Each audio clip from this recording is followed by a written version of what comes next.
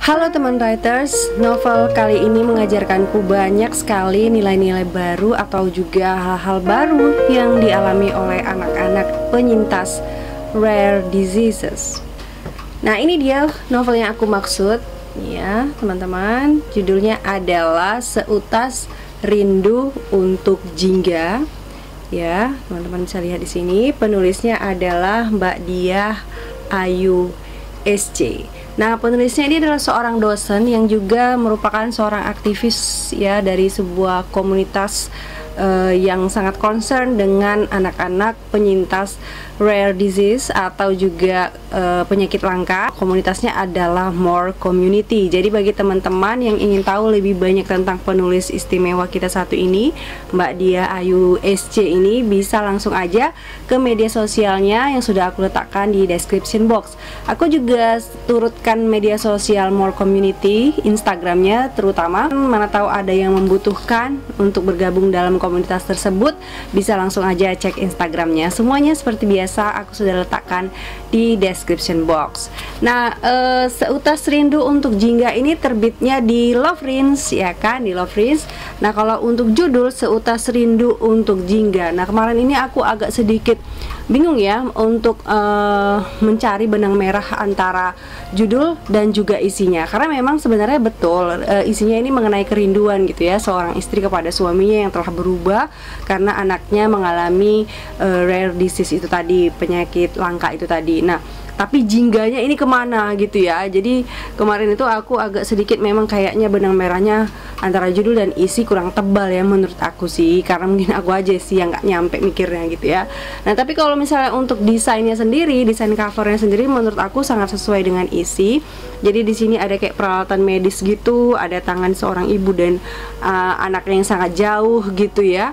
Ini sangat-sangat menggambarkan isinya sekali gitu. Nah, kalau misalnya untuk ini welcome page, nah ini aku suka sekali dengan welcome page buku ini. Halaman pembukanya, halaman selamat datangnya lah bisa kita katakan. Di sini ada tanda tangan penulisnya. Nah, aku suka sekali dengan warna yang ceria karena buku ini penuh dengan banyak tekanan-tekanan ya kan yang dialami oleh karakternya, dan secara nggak langsung juga kita alami sebagai pembaca. Jadi ketika melihat welcome page yang berwarna-warni seperti itu dan juga layout yang sangat indah ya menurut aku suka sekali bagian-bagian kayak pembukanya gini, bab awalnya ini seperti partisi-partisi, layoutnya itu aku suka sekali, rapi, tulisannya juga gampang dibaca. Seperti biasa, Lovrins adalah salah satu penerbit ya menurut aku, penerbit indie yang menjaga kualitas cetakannya, karena mungkin mereka memiliki percetakan sendiri. Jadi memang quality controlnya sangat bagus ya untuk bukunya. Jadi bagi teman-teman yang ingin menerbitkan bukunya secara indie di Lovrins, silakan saja teman-teman cek di media sosialnya, semua aku sudah letakkan ada di description box. Seutas Rindu untuk Jingga ini adalah sebuah kisah dari point of view seorang ibu muda ya bernama Lena. Jadi si Lena ini memiliki seorang bayi. Bayinya tersebut ternyata didiagnosa memiliki beberapa penyakit ya. Bahkan di sini sampai umurnya yang semakin bertambah, dia akhirnya didiagnosis memiliki sebanyak kurang lebih 16 penyakit, dan salah satu dari 16 penyakitnya ini ya, ada penyakit bawaannya gitu ya, itu penyertanya dan lain sebagainya. Itu salah satunya merupakan penyakit langka atau rare disease ini tadi. Penyakitnya itu disebut, sorry kalau misalnya aku salah bacanya ya, Cornelia de Lange syndrome. Jadi mungkin kalau misalnya teman-teman yang penasaran dengan penyakit seperti apa itu, kok namanya cantik sekali ya kan, silakan aja langsung googling dan dipastikan teman-teman tidak akan menemukan sesuatu yang indah juga seperti namanya ya. Itu adalah penyakit yang sangat langka ya. Itu diidap 1 dibanding 10.000 sampai 50.000 bayi lahir hidup atau kelahiran bayi hidup. So, perjuangan demi perjuangan ya, melewati fase-fase sebagai seorang ibu yang memiliki anak mengalami rare disease itu dilewatinya ya. Jadi katanya ada beberapa fase yang sering sekali diteliti menjadi fase-fase yang ada pada seorang ibu dengan anak yang penyintas rare syndrome itu tadi. Fase itu dimulai dari biasanya atau keluarganya ya, bukan juga ibunya, keluarganya. Itu biasanya dimulai dari penolakan, udah gitu penarikan diri dari kehidupan sosial, udah gitu nanti ada kemarahan di situ, tapi kemudian ada penawaran dan langsung ada depresi dan pada akhirnya nanti penerimaan. Jadi semua fase-fase ini sangat tidak beruntung sekali dilewati oleh Lena sendirian. Kenapa? Karena suaminya Aga itu ketika anaknya lahir dia malah menjauhi ya, tidak mendukung sama sekali menurut si Lena. Ditambah lagi banyak sekali permasalahan lain dengan mertua misalnya, dan dia tidak punya teman lain gitu ya, karena keluarganya jauh, ayah ibunya juga sudah tiada gitu. Jadi suaminya ini seperti membiarkan dia menghadapi semuanya seorang diri. So bagaimana hubungan antara Aga dan Lena, juga bagaimana nanti nasib Sila ya kan, kondisi bayi cantik ini dengan segala penyakitnya. Yaudah, yuk mari kita breakdown Seutas Rindu untuk Senja supaya kita bisa tahu lebih dalam lagi ceritanya. Udah gitu seperti biasa aku telah menyiapkan 4 teknik dan tips juga untuk nanti siapa tahu berguna bagi proses kepenulisan teman-teman ya. So tonton terus video ini sampai habis.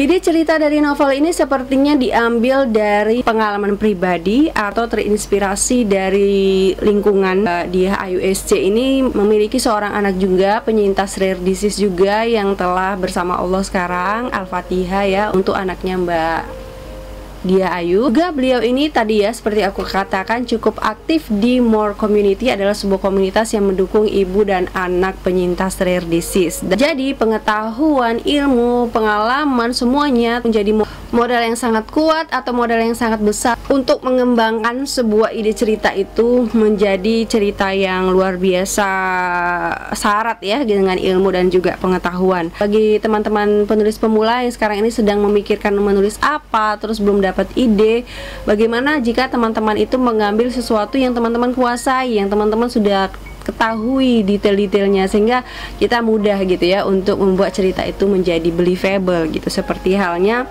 Seutas Rindu untuk Jingga ini tadi. Kemudian aku suka dengan penyusunan plotnya ya, cara penyusunan plotnya. Jadi ini dibuka dengan tensi yang sangat intens ya gitu ya, tensi yang cukup menanjak, dimana di sini langsung diberitahukan si Sila itu mengalami kejang-kejang dan dilarikan ke rumah sakit. Jadi si Lena ini sendirian dia tanpa suaminya ya, sudah dipaparkan di situ tanpa suaminya, dan itu semua membuat kita sebagai pembaca itu terkunci pada ceritanya, sekaligus langsung diberikan snapshot dari si Lena ini tadi, dari tokoh utama cerita kita, dan juga bagaimana status quo-nya di awal-awal cerita. Yang kedua yang aku sukai dari plotnya itu adalah bagaimana cara Mbak Dia ini menautkan bagian-bagian yang timelinenya sangat berjarak gitu ya, juga menautkannya itu secara smooth gitu. Misalnya satu bagian ini terjadi 4 bulan sebelumnya dan bagian sesudahnya itu terjadi 4 bulan kemudian misalnya gitu kan.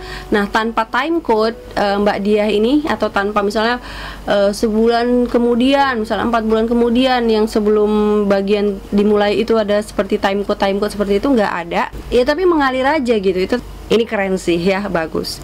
Udah gitu semua plot itu didukung dengan gaya cerita yang menurut aku mengalir, enak dibaca, dengan kalimat-kalimat yang mudah dipahami ya. Ini sangat berguna karena di sini banyak sekali istilah-istilah medis yang jarang kita dengar, susah juga kita membacanya. Tapi kemudian karena kalimat-kalimat pengantarnya atau narasinya itu mudah dipahami dengan diksi-diksi yang sering kita dengar, nggak terlalu rumit tapi enak gitu.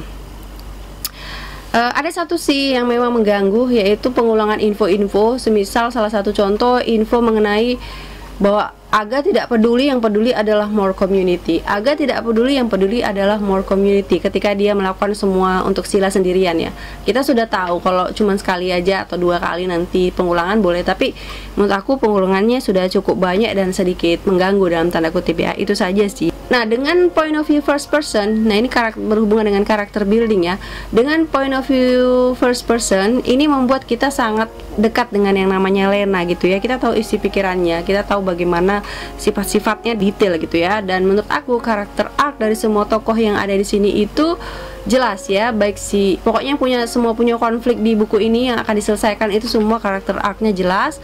Ada si Lena, ada si Aga, dan juga ada mertuanya ya. Mereka masing-masing nanti memiliki konflik, dan menurut aku endingnya semuanya terselesaikan tuntas, semuanya nggak ada yang menggantung. Untuk tata bahasa ini menurut aku termasuk salah satu terbitan Loverinz dengan typo yang sangat minim. Udah gitu kata yang tidak baku paling mengiyakan, karena pakai iya di sini ya. Mungkin ini memang jarang sekali diketahui para penulis ya, karena jarang sekali juga mengecek KBBI mungkin. Jadi untuk teman-teman coba cek KBBI-nya sekarang, boleh KBBI online, KBBI Kemendikbud online. Di situ kalau kita kata iya sudah dipakaikan imbuhan meng dan kan, itu dia y-nya hilang, jadi kayak mengiyakan gitu ya. Nah, itu yang benar, dan itu jarang sekali memang diketahui. Paling itu saja yang tidak baku, yang selebihnya menurut aku penulisnya ini, kalau memang ini tidak ada editor ya, tidak ada meng-hire editor atau bagaimana, berarti penulisnya ini sudah cukup menguasai yang namanya self editing. Itu penting sekali ya teman-teman. Kalau kita mau terbit memakai cara self publish, itu sebaiknya kita juga harus menguasai yang namanya self editing ya. Tapi ada yang ingin aku spotlight loh di sini. Kemarin aku menemukan sebuah kalimat yang pakai yang, dan itu belum menjadi sebuah kalimat. Jadi teman-teman harus hati-hati dengan kalimat yang menggunakan yang. Di sini ada satu kalimat berbunyi seperti ini: seorang dokter yang katanya paling ahli dalam menangani kasus kelahiran bayi langka. Kalau misalnya teman-teman uraikan kalimat ini hanya ada satu subjek saja. Subjek berarti dia belum kalimat, karena sedikit-sedikitnya kalimat itu biasanya predikat gitu ya.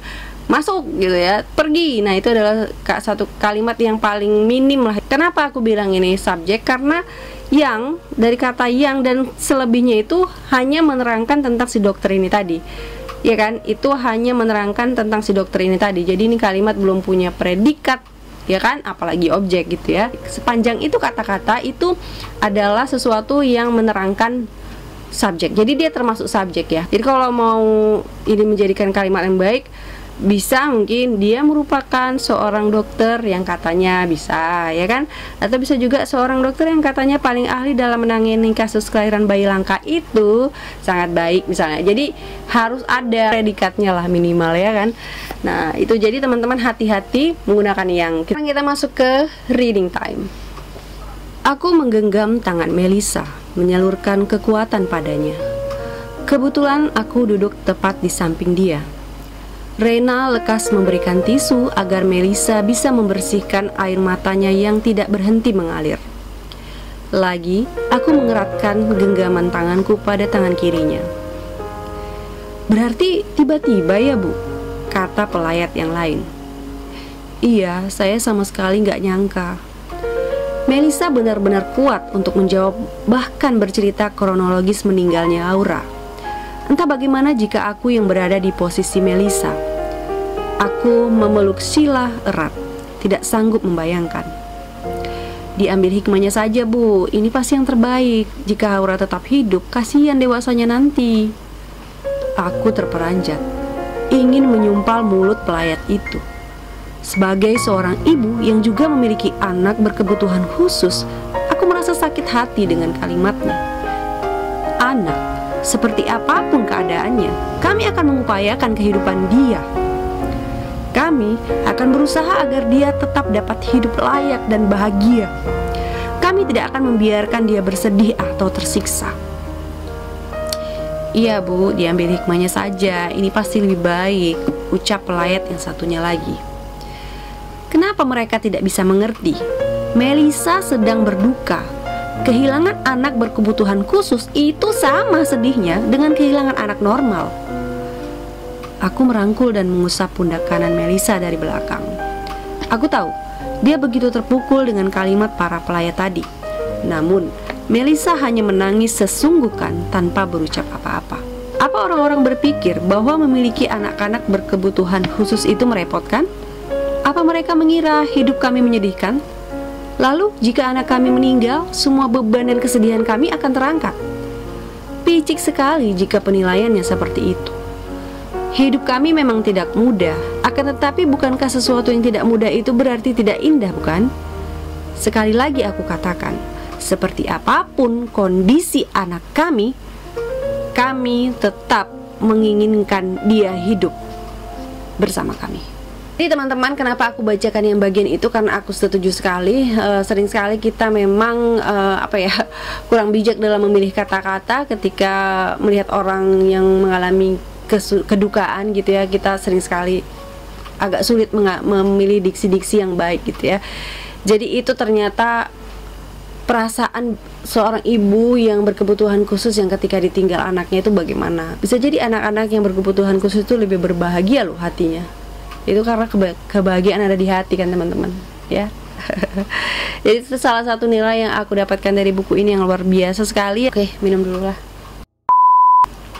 Baca buku ini cukup menguras perasaan ya teman-teman. Aku jadi inget waktu ketika mau nulis Ryu-chan Genki desu, ya kan. Itu Ryu cuma mengalami satu penyakit aja loh, atresia biliar, itu aja cukup. Dan Sila ini dan mungkin ada beberapa anak-anak lain ya kan, itu mengalami, bayangkan 16 loh, 16 penyakit. Luar biasa. Sekarang kita masuk ke 4 teknik dan tips kepenulisan yang mungkin bisa teman-teman terapkan ya pada tulisan teman-teman. 1. Tuliskan cerita yang kamu ketahui, yang kamu kuasai. 2. Ini tips mengaitkan plot cerita dengan timeline yang cukup panjang ya. Bisa dipelajari dari buku Seutas Rindu untuk Jingga ini.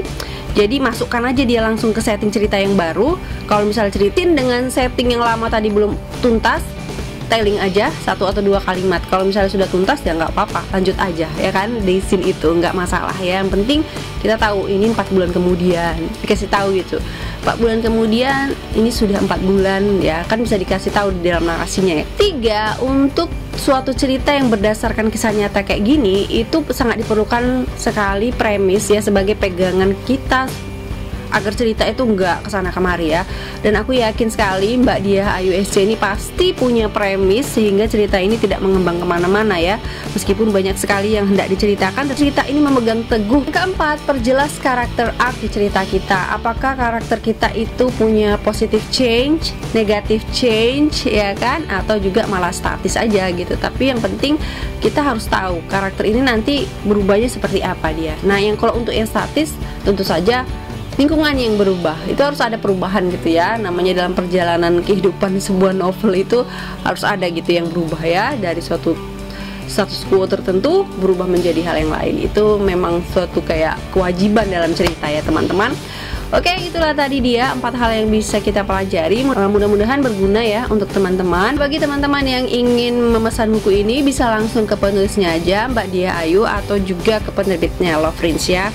Nah, aku terima kasih sekali yang sangat banyak untuk Mbak Diah Ayu SC. Juga terima kasih tentu saja kepada teman writer semua yang telah menonton video ini sampai habis, sampai akhir ini. Mohon maaf jika aku memiliki kesalahan dalam bedah buku dan juga menarik kesimpulan-kesimpulan. Oke, untuk yang mau bedah buku di channel ini, aku mohon maaf dulu yang sebesar-besarnya teman-teman. Untuk slotnya sudah sangat penuh sekali, jadi nanti akan kita buka lagi setelah lebaran. Nanti aku umumkan lagi kapan kita buka slot yang baru lagi untuk bedah buku di sini. Aku mohon maaf sekali ya teman-teman, sudah sangat penuh dan aku takut tidak bisa menanggung jawab yang banyak itu tadi ya. Jadi ya kita berhentikan dulu. Alright teman-teman, kalau suka video ini jangan lupa like, comment, and share. Dan jangan lupa juga tekan tombol loncengnya ya, supaya kita bisa ketemu lagi di video selanjutnya. See you everybody. Oke, di sini ada puisi. Aku pengen bacakan puisinya ya. Untukmu yang seindah jingga. Oh, mungkin di sini ya kaitannya ya. Jadi si Sila ini diasosiasikan dengan jingga, keindahan jingga gitu kali ya. Tapi ini nggak ada di sepanjang cerita, malah ada di puisi terakhirnya gini ya. Untukmu yang seindah jingga, Arsila Safitakanya, hidupmu berharga bagi Allah. Tidak ada yang tidak berkenan di hadapannya. Dia buat kau seturut gambarnya. Sungguh terlalu indah kau bagi dia. Kau pergi dalam peperangan terhebatmu. Sampai ketemu lagi sayang. Kabarkan pada penduduk langit betapa Mama telah berjuang. Beri Mama waktu agar kelak pantas mendampingimu. Kutuliskan kisah ini untuk menyampaikan salam rinduku untukmu. Kau adalah anak surga Kau titipannya yang telah menjadi warna jingga, menerangi, membawa fajar dan senja pada keindahan. Malang, 26 November 2020. Lena Amanda.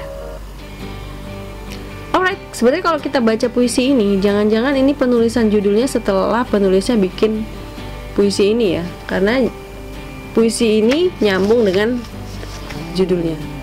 Tapi secara keseluruhan cerita jingga ini tidak ada disebut-sebut ya teman-teman, atau aku yang keliru atau bagaimana ya. Oke lah, itu yang sanggup aku nalarkan ya teman-teman. Kalau itu tadi mohon maaf kalau misalnya aku tidak bisa menyimpulkan hal yang benar ya. Pokoknya kesalahan ada pada aku semua. Kemuliaan hanya milik Allah Subhanahu wa taala. Assalamualaikum warahmatullahi wabarakatuh. Ngopi lagi guys.